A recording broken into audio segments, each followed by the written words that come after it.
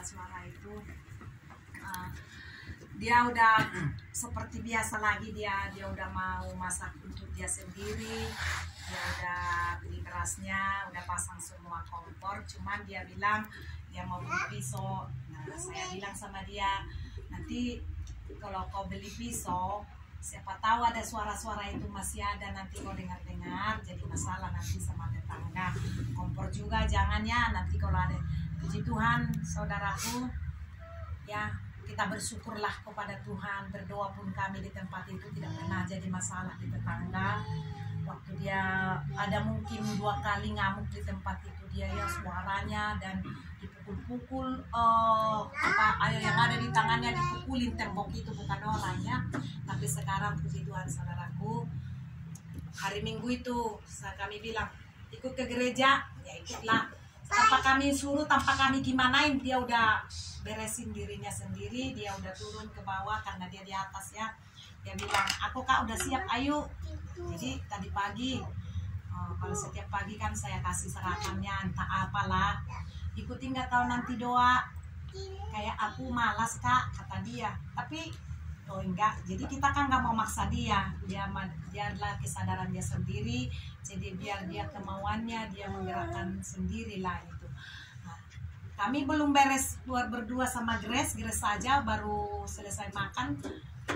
Ini aku belum mandi, dia udah datang kak, jadi aku ikutlah. Jadi saudaraku yang terkasih dalam Tuhan, sudah tadi juga diperlihatkan Tuhan, dia udah lihat dia khotbah ya di 2 kali di rumah. Tadi malam aku bangun jam 1 malam berdoa, Tuhan perlihatkan dia berkhotbah dia.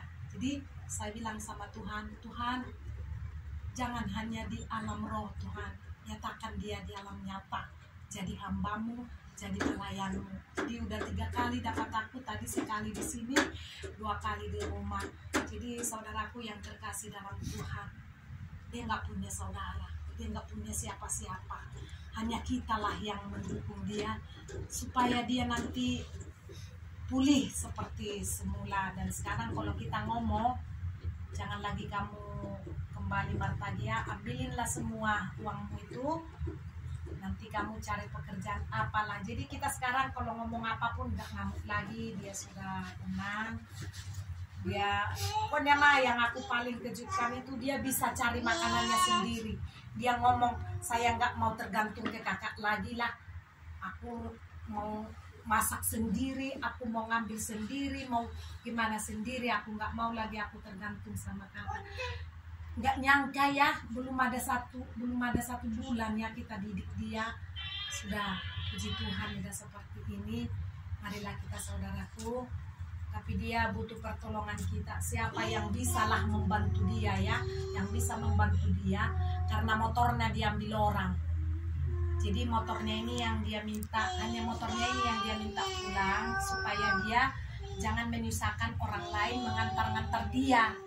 Jadi kita bawa dulu dalam doa supaya yang ambil motor dan STNK, SIM-nya, BPKB-nya, mengembalikannya. Jadi waktu dia hilang ingatan atau gimana itu dimanfaatkan orang dia, jadi habis diambilin. Tapi yang dia minta hanya motornya itu kembali, supaya ada yang seperti dia bilang itu, yang tidak merepotkan orang lain, aku kata dia. Jadi puji Tuhan saudaraku.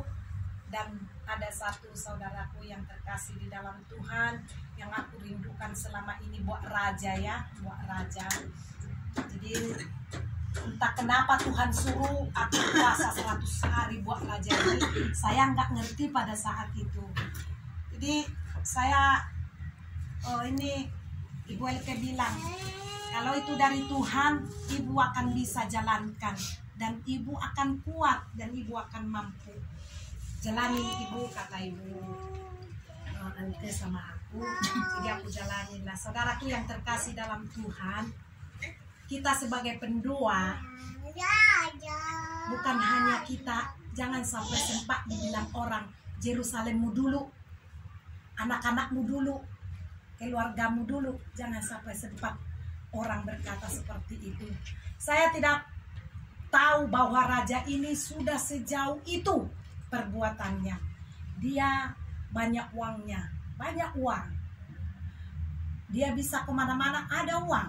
Dia pergi kemana, apapun yang dia ingini bisa ada uang. Tapi satu hal, baru waktu itu aku 40 hari berpuasa itu, Tuhan sudah membukakan. Dia sudah mau main judi online. Dia sudah mau minum.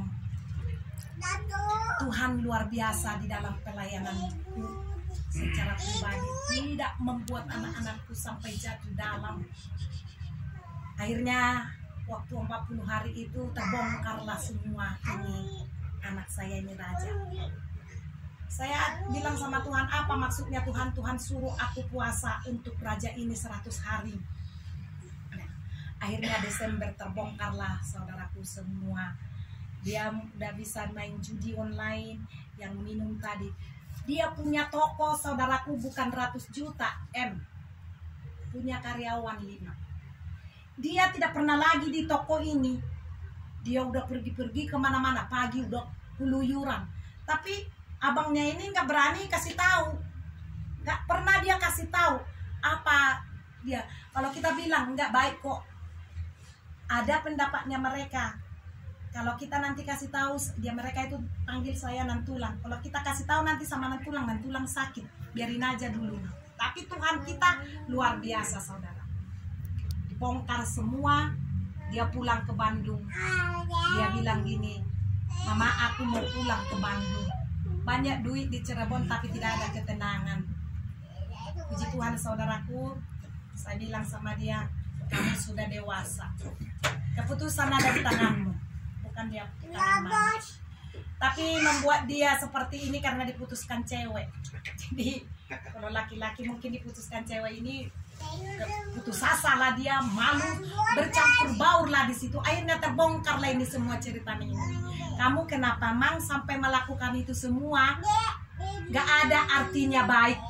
Ya mungkin dari kuliah cewek ini sampai dia di wisuda kemarin, dia biayain, habis uang dari mana, pernah hampir bangkrut toko karena apapun permintaannya perempuan ini diturutin. Tapi begitu dia di wisuda, selesai dia sarjana, dia tinggalkan, diputuskan.